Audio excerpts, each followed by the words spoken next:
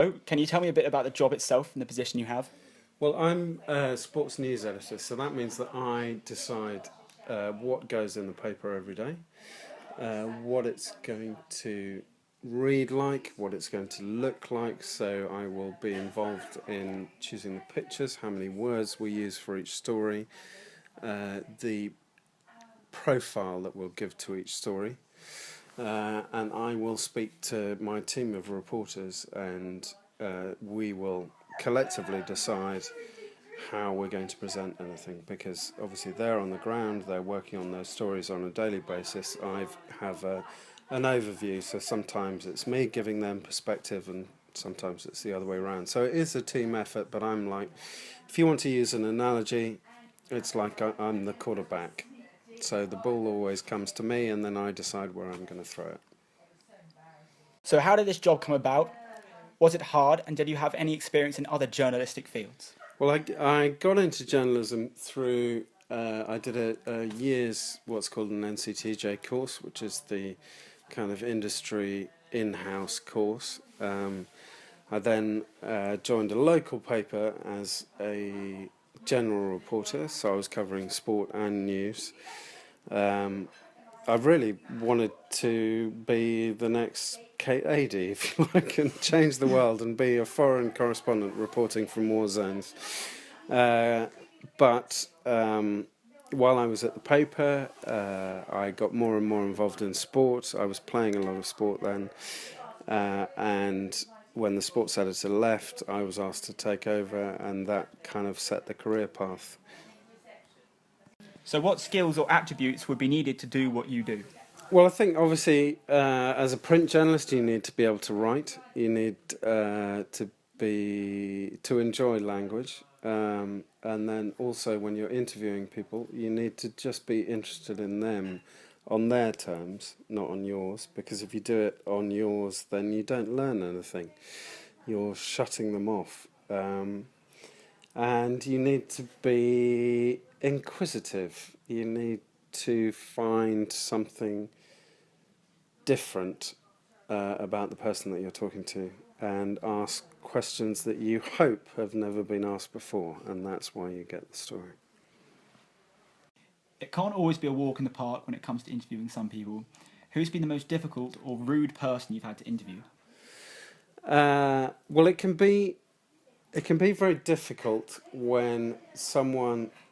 I mean, I work in the field of sport, and those people are sportsmen. They're not entertainers. They're not broadcasters, so they don't necessarily understand what you're looking for. So it can be very difficult to persuade them to think the way that you're doing. So in a way, it's not necessarily their fault, and it's your skill in bringing it out. There have been people who've been difficult or been rude just because they're not in the mood or they don't see any merit in what you're doing. But again, that's another skill in the job, is persuading them that it is worth talking to you and showing them the merit in what you're doing, and that's a skill that's worth learning. So, on a personal level, which sports personalities are you interested in and why? Well, I have to admit, there's a certain amount of self-interest in this because I play sport to a certain level, not to any professional level. So I have I suppose, an association with those who play those sports. So rugby, sailing, and tennis are the ones that I play. So I'm always interested in them because they made a living out of it, and it was something that I always wanted to do. And then I'm also interested in why people, because being a sportsman is not an easy life. It looks so perfect. You're doing something that we all do at school, and you think, oh, you do that for a job. Brilliant. These are people who have devote their lives to it, and I'm fascinated by the choices that they make, because it is, you talk to some and they see it as a sacrifice, and you talk it to others and they see it as, well, no, I just made a choice. I wanted to be a tennis player, so I didn't go and get drunk with all my teenage friends, and I didn't go to nightclubs. So I'm fascinated by the motivation. So, in your opinion, what would be your dream interview? Oh, it, you have very selfish ones, people that you'd really like to speak to. Like who? Usain Bolt, I'd Yeah. like to meet. And then you have others that you really admire, and some of those I already know, but that I'd like to interview again, like Ben Ainsley, for example. I always enjoy spending time with him. And then you have others who you know would be really awkward, but you'd just like a shot at them, like Sepp Blatter. Wow. Right now, big knockout to get Sepp Blatter. Yes. So, what obstacles or challenges have you faced during the time doing this job? Well, there are some that are kind of naturally occurring, like deadlines, which are great fun, I think, because they kind of sharpen the mind. They give you a focus during the day. And then I suppose the biggest one that we have in sport now is that sport is now a business. So you have PR companies, you have manufacturers. There is just everybody's got a dollar to make in it. So if I want to talk, this is particularly relevant to football.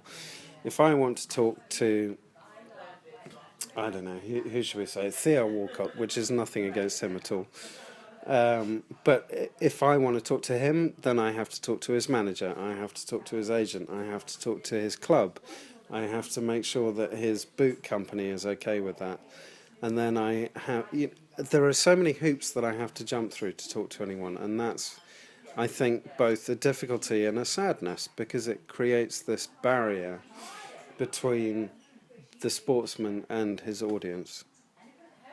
So, have there been any really fun, enjoyable moments or events that you've reported on? Well, look, I'm very lucky. I do a job which isn't a real job at all. I go into the office, I talk about sport for 10 hours, and then I come home again.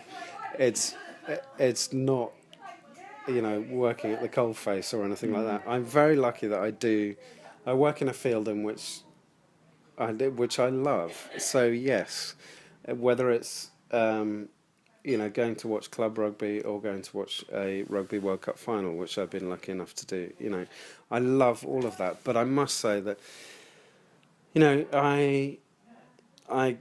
one of the ones that always reminds me of how lucky I am is I go to Wimbledon most years, and I've got a little bit of plastic that lets me walk into Wimbledon and go to the centre court and sit down in my seat, and I can do that. And every morning when I walk through the gates and I've gone past the queues, I just think, how lucky am I to have that?